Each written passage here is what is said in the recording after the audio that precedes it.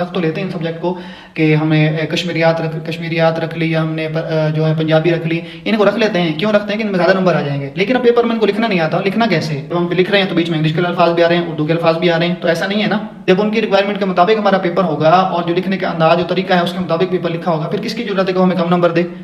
तो ये चीज़ें नहीं होती ना हमारे सामने। भैया आपने कश्मीरियात रखी है, उसको आपने उसी लैंग्वेज के अंदर लिखना है, जो सिलेबस है उस सिलेबस को उसी तरह लिखना है। बीच में उर्दू की कुछ चीज़ें ऐड कर दी, बीच में इंग्लिश के अल्फाज आ गए, कोई और अल्फाज हमने अपने से ऐड कर दिए, इसलिए मिक्स काम नहीं करना ना वहाँ पे। जी अस्सलाम वालेकुम, उम्मीद है आप सब खैरियत से होंगे।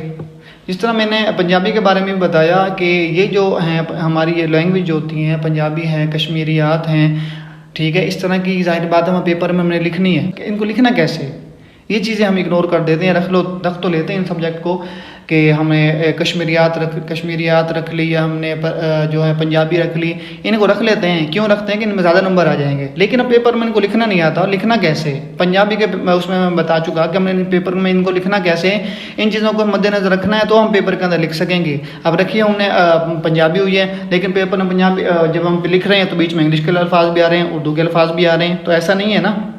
हमने पंजाबी रखी है ना, पंजाबी में उसका पेपर लिखना है, उसका मुकम्मल जो पेपर पैटर्न है, जो उसका सिलेबस है वो सारा पंजाबी में, तो हम उसके पेपर के अंदर इंग्लिश के अल्फाज उर्दू के अल्फाज कैसे लिख सकते हैं। फिर कहते हैं ये तो आसान सब्जेक्ट है, इसमें भी हमें उसने कम नंबर दिया, हमारे साथ ज्यादती हो गई। भाई इन चीज़ों के सामने होंगी तो फिर पेपर लिख सकेंगे ना।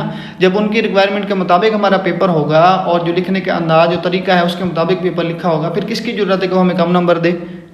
तो ये चीज़ें नहीं होती ना हमारे सामने। भैया आपने कश्मीरियात रखी है, उसको आपने उसी लैंग्वेज के अंदर लिखना है, जो सिलेबस है उस सिलेबस को उसी तरह लिखना है। बीच में उर्दू की कुछ चीज़ें ऐड कर दी, बीच में इंग्लिश के अल्फाज आ गए, कोई और अल्फाज हमने अपने से ऐड कर दिए, इसलिए मिक्स काम नहीं करना ना वहाँ पे। फिर वो पंजाबी का तो पंजाबी के अंदर ही लिखना है, कश्मीरियात का तो उसी के अंदर लिखना है, ठीक है। तो और जो पेपर जिस तरह से पूछा गया है, जो हम जिस तरह हमारा सिलेबस है और जो हमारा पेपर पैटर्न उसके मुताबिक लिखेंगे। और लिखने के जो उसूल मैं बार बार बता चुका, आपने लिखना कैसे। हमारा पेपर की जो प्रेजेंटेशन होगी वो एक अच्छी कमाल होगी तो हमें नंबर भी अच्छे मिलेंगे। हमने मार्कर कौन सी यूज़ करनी है, हमने जो हेडिंग्स कैसे देनी है, हमने पैराग्राफ कहाँ से शुरू करना है, पहला पैराग्राफ की पहली लाइन कहाँ से शुरू करनी है, दूसरी लाइन कहाँ से शुरू करनी है, ये सारी चीज़ें सामने होंगी। हमारे एक पेपर जो लिखने का अंदाज है, लिखने का तरीका है, जो हमारा पेपर आंसर शीट होगी वो देखने के काबिल होगी, तो जाहिर बात है अच्छे नंबर देगा ना। वो लिखा कुछ हुआ ना, हेडिंग्स दी हुई ना कुछ, एक पैराग्राफ मुकम्मल है, बस एक सीक्वेंस में लिख दिया, तो कैसे नंबर देगा वो।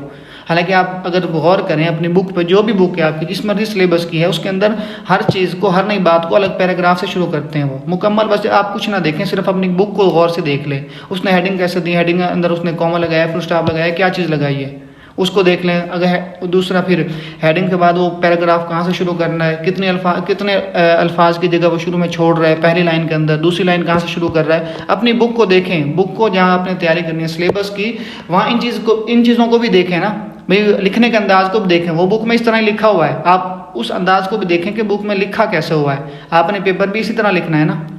तो इन चीज़ों को सामने रखना है आपने। आपका जो भी सब्जेक्ट हो, कश्मीरियात है, आपकी पर्शियन है, अरेबिक है, उर्दू है, इस्लामियात, बाग स्टडी आप लिख रहे हैं, जो भी है, लिखने के अंदाज जो है ना, इस पे भी थोड़ा सा फोकस करना है, इस पे भी थोड़ी सी तवज्जो देनी है, तो इंशाल्लाह आपके लिए आसानी होगी, ठीक है। और मज़ीद किसी को सिलेबस के हवाले से, गैस के हवाले से कोई मसला हो तो वो रब्ता कर सकते हैं कमेंट में भी, और व्हाट्सएप नंबर भी मेंशन किया हुआ है वहाँ पर डिस्क्रिप्शन के अंदर, वहाँ भी देख सकते हैं। और आपको जो मज़ीद वीडियोस जो बाकी सब्जेक्ट रह गए हैं या मज़ीद आपका कोई मसला है किसी सब्जेक्ट के हवाले से, तो आपको वहाँ पर लिंक में मिल जाएंगे, और उन वीडियोज़ को देखें। और किसी को कोई अगर मसला हो, कुछ समझ नहीं आ रहा हो, तो वो लाजमी रब्ता करें। इंशाल्लाह उनको जो भी मसला होगा उस बारे में उनको गाइडलाइन मुकम्मल दी जाएगी, ठीक है। अपना बहुत ज़्यादा ख्याल रखिएगा। अल्लाह हाफिज़।